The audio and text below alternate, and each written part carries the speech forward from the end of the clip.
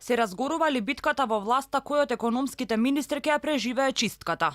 Наспроти молкот во СДСМ, Дуј веќе гласно заговара промени во економијата.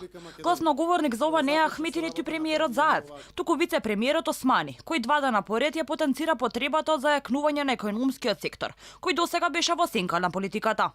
Очекуваме деновиве да се оствари тематската средба за потребите од зајакнување на капацитетите на владата во поглед на фокусот на економските прашања, дека ги затворивме политичките теми.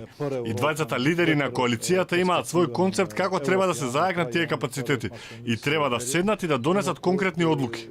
Извори за Алфа коментираа дека во власта веќе има отворен судир околу тоа кој мора да си оди.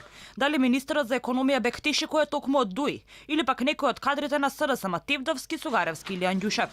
Сепак, министрите од економскиот сектор велат дека се релаксирани по ова прашање, оти си ја вршеле работата како што треба, а и премиерот ќе ја донесе одлуката за метлата. Јас и Министерството за финансии е целосно посветено на реформите. Ако треба јас како министер да сумирам во однос на органите во состав и за управата за јавни приходи, и за царината, управата за имотно-правни работи, финансиска полиција и финансиско разузнавање, јас сум целосно задоволен од работата.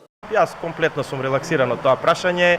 За судирот во власта зборува и разногласијата околу најавената средба на Заев и Ахмети. Груби и Османи тврдат дека двајцата се видели и разговарале, додека пак владиниот портпарол Бошњаковски веле дека средба немало.